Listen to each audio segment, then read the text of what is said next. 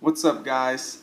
Josh here with What a Difference a Day Makes, and today, in honor of National Coffee Day, I'm going to be showing you a few of my favorite brewing methods.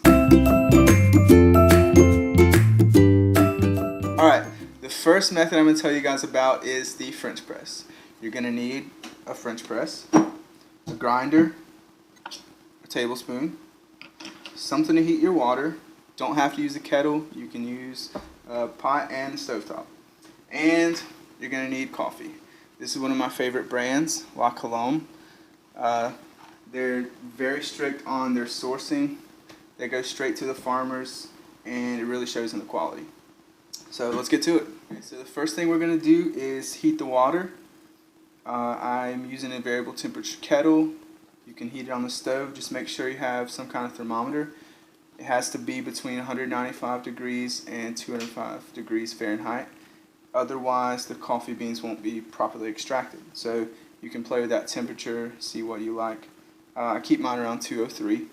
So we want to heat this, and while we're heating this, we're going to get the ground started. Alright, so the water's heating. Next step, we're going to grind the beans. I've already got them in this grinder. This is a very basic grinder, so it requires a little more effort to get a decent grind.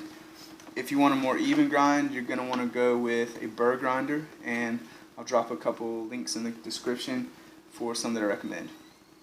So, as far as measurements, we are using 5-ounce cup measurements. So instead of 8-ounce cup, which is normal measurement, we're using 5 ounces.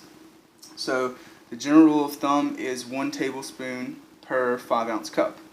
And since the beans are ground, I can't really measure out tablespoons until they're ground. I have to measure them by weight, or if you get accustomed to your grinder, like this one, I know if I fill it to the top, it's going to be just enough.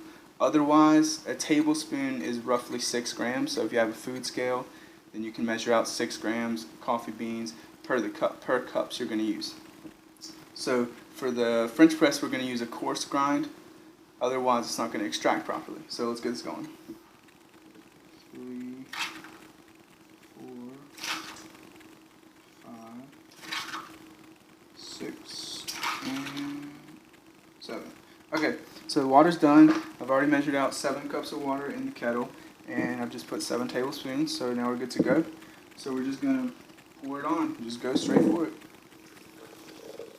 You want to kind of make sure as you're pouring that all of the grounds get submerged. Just kind of pour it around as good as you can. And we're just going to empty out all this water. And then we're going to put the plunger on, but we're not going to plunge it yet. We're going to let it sit for about 5 minutes. Okay, so it's been about 5 minutes. Just for clarification, this is a lighter roast, so I'll let it sit a little longer. If it's like a medium to darker roast, you may not want to let it sit as long, but because this is a lighter roast, it can handle it. So now we're just going to slowly press the plunger. You don't want to go quick. Just slowly plunge it. And there we go. Thanks for watching. Hope you enjoy your National Coffee Day, and keep a lookout for part 2 where I use the Chemex. Also, if you're interested in any of the things that I used today in the video, we'll drop the links in the description. Please like and subscribe. We'll see you guys next time.